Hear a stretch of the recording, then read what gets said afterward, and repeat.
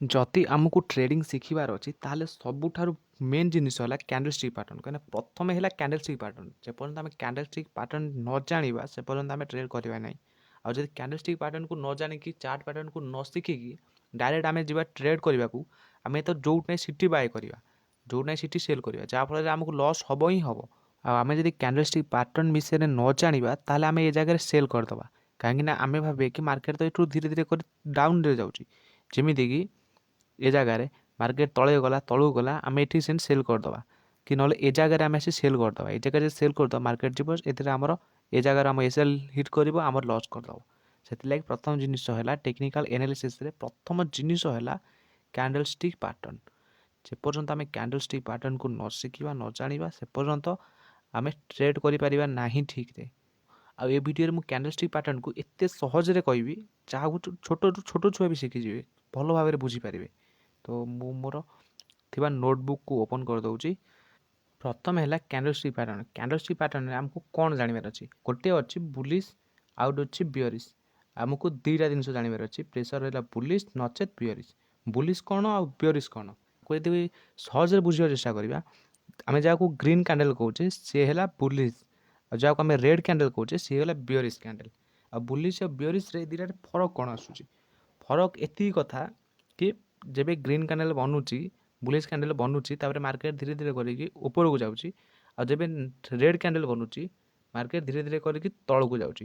ଯେମିତି ବୁଲିସ୍ ହଉ କି ବିୟରିସ୍ ହଉ, ପ୍ରଥମେ ଆମକୁ ଜାଣିବାକୁ ପଡ଼ିବ କି ଏ ଯେଉଁ କ୍ୟାଣ୍ଡେଲ୍ର ଏ ଯେଉଁ ବଡି ବନିଛି, ୟାକୁ ବଡି କୁହାଯାଏ। ଫୁଲ୍ ଯେଉଁ ଗ୍ରୀନ୍ ଥାଏ ୟାକୁ ବଡି କୁହାଯାଏ। ତାର ଉପରେ ଯେଉଁ ଛୋଟଟା ଅଛି ୟାକୁ ୱିକ୍ କୁହାଯାଏ, ବା ନହେଲେ ସ୍ୟାଡୋ ବି କୁହାଯାଏ।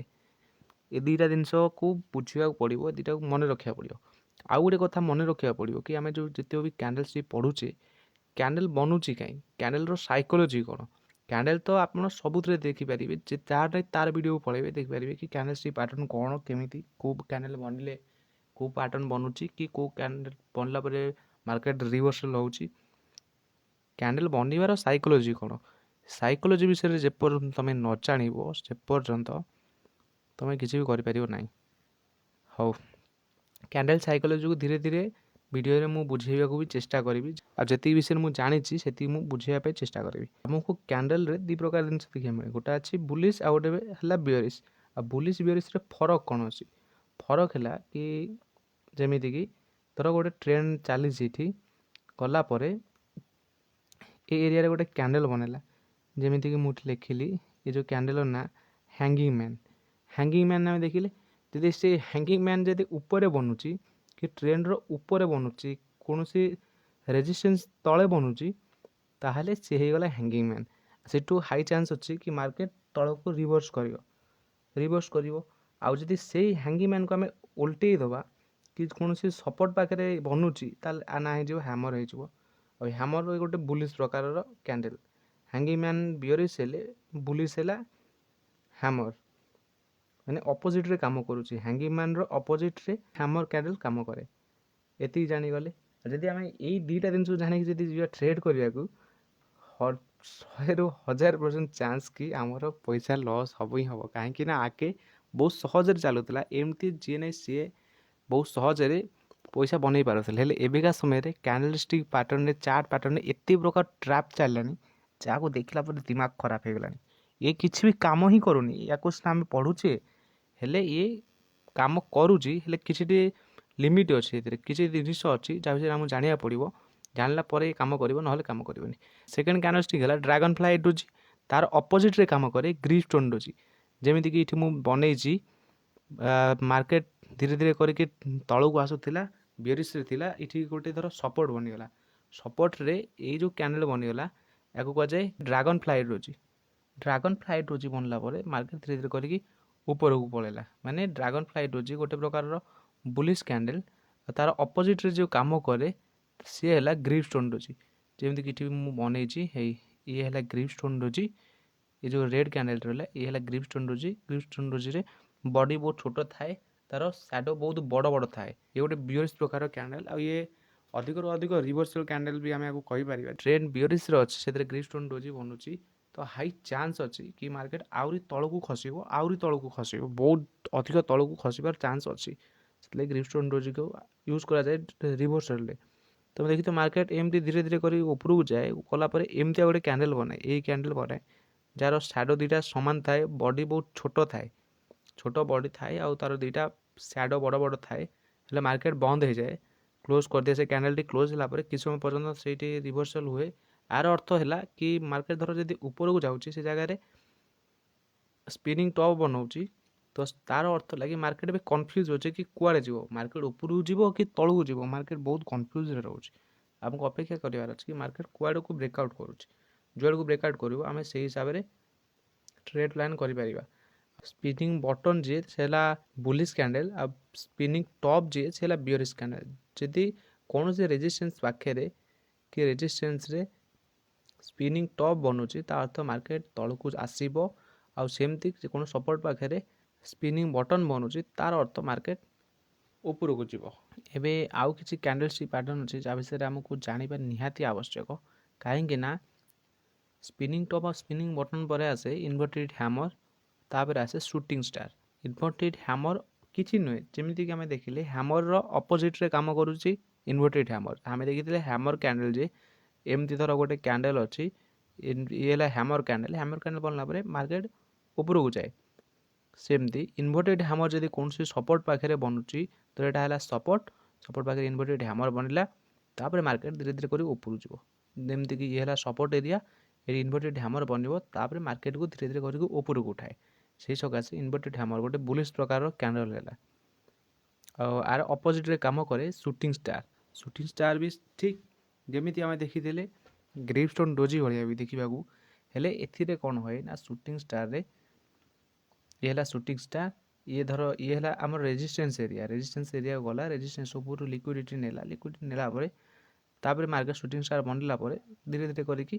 तल को खसे या शूटिंग स्टार कहुए हेले सबुठारु मेन जिनिस है कि आम जी कैंडल को पढ़ा चेष्टा करुचे कैंडल रे मेन जिनिस अच्छी ये सब जी अच्छी इनवर्टेड हैमर शूटिंग स्टार तापर अच्छी बुलिश सिंगल फिंग बियरिश सिंगल फिंग ये जो कैंडल रहा ये सबुठारु बहुत पावरफुल कैंडल कहीं आ विषय जिते जानिले भी ये काम करिवो ही करिवो आर साइकोलॉजी को हमको जानवा पड़ो ये वीडियो केवल सिंपल रे मु बुझाया चेष्टा करी आ कैंडल साइकोलॉजी विषय विशेष चर्चा करी कहीं कैंडल साइकोलॉजी बहुत बड़ टॉपिक हो कैंडल साइकोलॉजी विषय आउ के देखा चेष्टा करिया एबे देखिलो कौन इनवर्टेड हैमर तार अपोजिट काम करे शूटिंग स्टार एमती आसला धर धरी नियो ये है रेजिस्टेंस एरिया आ ये बनला सपोर्ट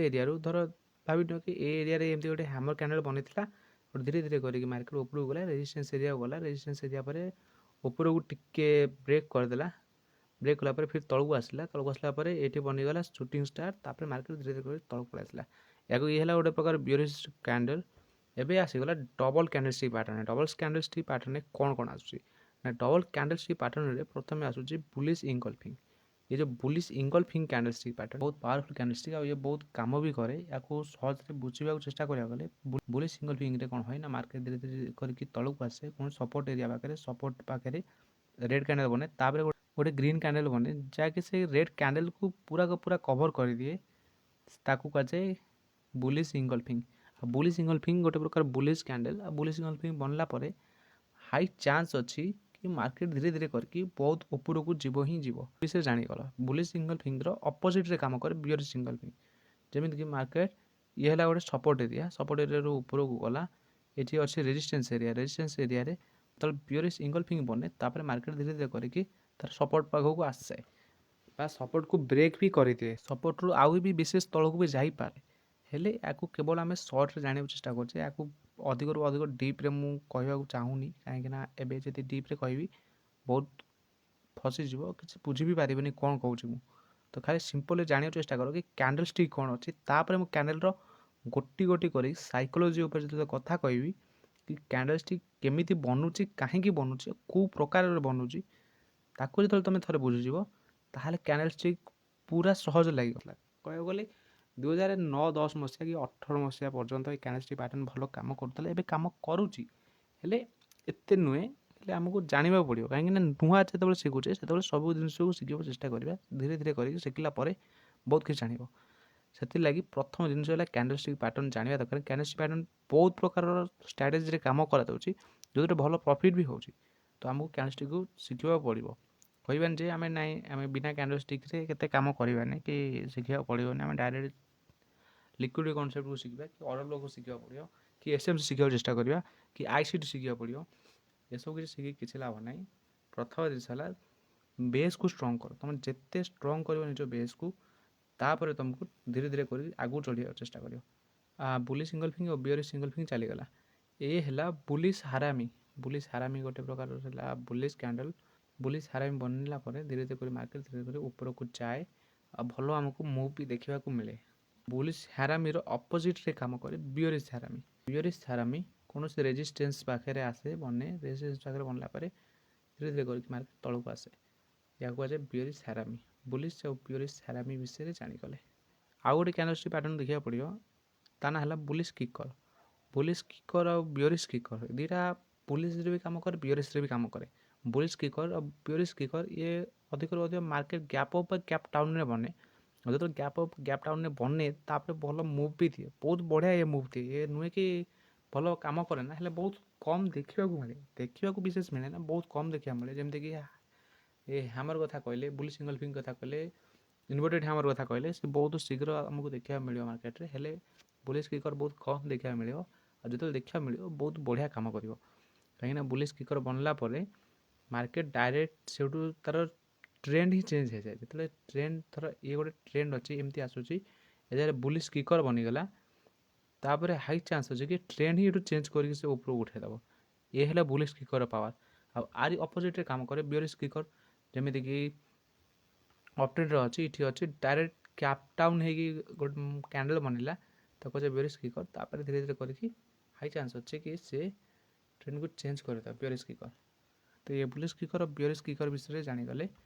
ତ ତାପରେ ଅଛି ଟୁଇଜର ଟପ୍, ଟୁଇଜର ବଟମ୍। ଟୁଇଜର ଟପ୍, ଟୁଇଜର ବଟମ୍ ଏମିତି କିଛି ଅଛି। କୌଣସି ବି ସପୋର୍ଟ ବା ରେଜିଷ୍ଟେନ୍ସ ପାଖରେ ଯଦି ଟୁଇଜର ଟପ୍ ବନେ, ତାହେଲେ ହାଇ ଚାନ୍ସ ଅଛି ମାର୍କେଟ ସେଠୁ ତଳକୁ ଖସିବ। ଇଏ ଥିଲା ଟୁଇଜର ଟପ୍। ଇଏ କିଛି ଆମକୁ ଡାର୍କ କ୍ଲାଉଡ୍ ଭଳିଆ ଦେଖିବାକୁ ମିଳେ, ହେଲେ ଇଏ ଟୁଇଜର ଟପ୍ କୁହାଯାଏ। ଟୁଇଜର ଟପ୍ ହେଲା ବିୟରିଶ ପ୍ରକାର କ୍ୟାଣ୍ଡେଲ, ଆଉ ତାର ଅପୋଜିଟ୍ରେ କାମ କରେ ଟୁଇଜର ବଟମ୍। ଟୁଇଜର ବଟମ୍କୁ ଯଦି ଦେଖିବାକୁ ମିଳିବ ତ ଇଏ ବହୁତ ଧୀରେ ଧୀରେ କାମ କରେ, ହେଲେ ଏତେ ସର୍ଟ ପୋଜିସନ୍ ବନେଇବାକୁ ଚେଷ୍ଟା କରିବ। ବହୁତ ବେଶୀ ଇଚ୍ଛା କରିବନି କି ମୋତେ ବହୁତ ବଡ଼ ଲଙ୍ଗ୍ ପୋଜିସନ୍ ବିଲ୍ଡ କରିପାରିବି, ହେଲେ ବହୁତ ସର୍ଟ କରିବାକୁ ପଡ଼ିବ। ଏ ହେଲା ଟୁଇଜର ବଟମ୍। ଟୁଇଜର ଟପ୍, ଟୁଇଜର ବଟମ୍ ଗଲା। ଏବେ ଦେଖିବା ପ୍ରାଇସିଂ ଲାଇନ୍। ପ୍ରାଇସିଂ ଲାଇନ୍ ଗୋଟେ ପ୍ରକାର ହେଲା ସର୍ଟ ପୋଜିସନ୍ ବନେଇବାକୁ ପଡ଼ିବ। କାହିଁକିନା ପ୍ରାଇସିଂ ଲାଇନ୍ ଗୋଟେ ପ୍ରକାର ବୁଲିଶ କ୍ୟାଣ୍ଡେଲ ଆମେ କହିପାରିବା, ହେଲେ ଆର ମୁଭମେଣ୍ଟ ବହୁତ କମ୍ ଥାଏ, ବେଶୀ ମୁଭମେଣ୍ଟ ଦେଖାଇ ନଥାଏ। ସେଥିଲାଗି ଆମେ ଏହାକୁ ସର୍ଟ ହିସାବରେ ୟୁଜ୍ କରିପାରିବା। ଆମେ ଯାହା କିଛି ବି ହେଉ ବେଶୀ ଟାର୍ଗେଟ୍ ବଡ଼ ରଖିବାନି, ଛୋଟ ଟାର୍ଗେଟ୍ ରଖିକି ଟ୍ରେଡ୍ କରିପାରିବା। ସେଠୁ ଆର ଅପୋଜିଟ୍ରେ କାମ କରେ ଡାର୍କ କ୍ଲାଉଡ୍। ଡାର୍କ କ୍ଲାଉଡ୍ ଗୋଟେ ପ୍ରକାର ବହୁତ ବଢ଼ିଆ କ୍ୟାଣ୍ଡେଲ। ଏହାକୁ ମୁଁ ଏଠି ଯାହା ଲେଖିଛି ନା ବହୁତ କ୍ଲିଅରଲି ଲେଖିଛି। ମୁଁ ଏ ନୋଟ୍ କେବଳ ମୋ ହିସାବରେ ବନେଇଛି, ନା କି ଆଉ କାହା ହିସାବରେ। ଆଉ କାହାକୁ ଦେଖିଲେ ଠିକ୍ ଲାଗିପାରେ ନ ଲାଗିପାରେ, ହେଲେ ମୁଁ ଜାଣିଛି ଏଠି କ'ଣ ହିସାବରେ ମୁଁ କ'ଣ ଲେଖିଛି। ତ ଡାର୍କ କ୍ଲାଉଡ୍ ହେଲା ବହୁତ ପାୱାରଫୁଲ୍ କ୍ୟାଣ୍ଡେଲ। ଯେତେବେଳେ ଡାର୍କ କ୍ଲାଉଡ୍ କୌଣସି ରେଜିଷ୍ଟେନ୍ସ ପାଖରେ ବନେ, ତାର ହାଇ ଚାନ୍ସ ଅଛି ମାର୍କେଟ ତଳକୁ ଖସିବ ହିଁ ଖସିବ।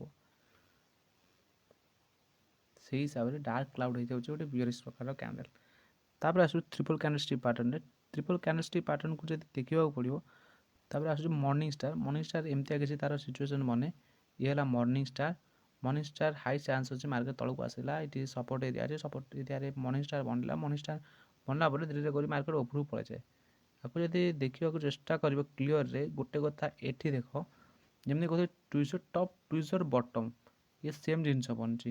ହେଲେ ଟୁଇଜର ଟପ୍, ଟୁଇଜର ବଟମ୍ରେ ଗୋଟେ କ୍ୟାଣ୍ଡେଲ ବନୁଥିଲା। ଏ ଯେଉଁ ଗୋଟେ କ୍ୟାଣ୍ଡେଲ ବନୁଥିଲା, ମର୍ଣ୍ଣିଂ ଷ୍ଟାରରେ ତିନୋଟି କ୍ୟାଣ୍ଡେଲ ବନୁଛି। ପ୍ରଥମେ ବିୟରିଶ କ୍ୟାଣ୍ଡେଲ, ତାପରେ ବଟମ୍, ତାପରେ ବୁଲିଶ କ୍ୟାଣ୍ଡେଲ ବା ଇଙ୍ଗଲଫିଙ୍ଗ କ୍ୟାଣ୍ଡେଲ ଭଳିଆ ବି ଆମେ ତାକୁ କହିପାରିବା। ତିନିଟାକୁ ଦେଖିବା, ଯଦି ତିନିଟା ସେମ୍ ହୁଏ ତାହେଲେ ଆମକୁ ଏଠି ଟ୍ରେଡ୍ ନେବାର ଅଛି। ପ୍ରଥମ ହେଲା ଯଦି ଏ ଜାଗାରେ ଆମେ ଟ୍ରେଡ୍ ନ ନେଇପାରିବା, ଖସିଯାଏ ହାତରୁ, ତାହେଲେ ଏ ଏରିଆରେ ଆମେ ଟ୍ରେଡ୍ ପ୍ଲାନ୍ କରିପାରିବା। ଯଦି ଏ ରେଡ୍ କ୍ୟାଣ୍ଡେଲକୁ ଉପରକୁ ବ୍ରେକ୍ କରିଦିଏ, ହାଇ ଚାନ୍ସ ଅଛି କି ଆମେ ଏ ଜାଗାରେ ଏଣ୍ଟ୍ରି କରିପାରିବା। ଏଣ୍ଟ୍ରି କରି ତା ଆଗରେ ଟିପି ରଖିପାରିବା। ଆଉ ଅପୋଜିଟ୍ରେ କାମ କରେ ଇଭିନିଂ ଷ୍ଟାର।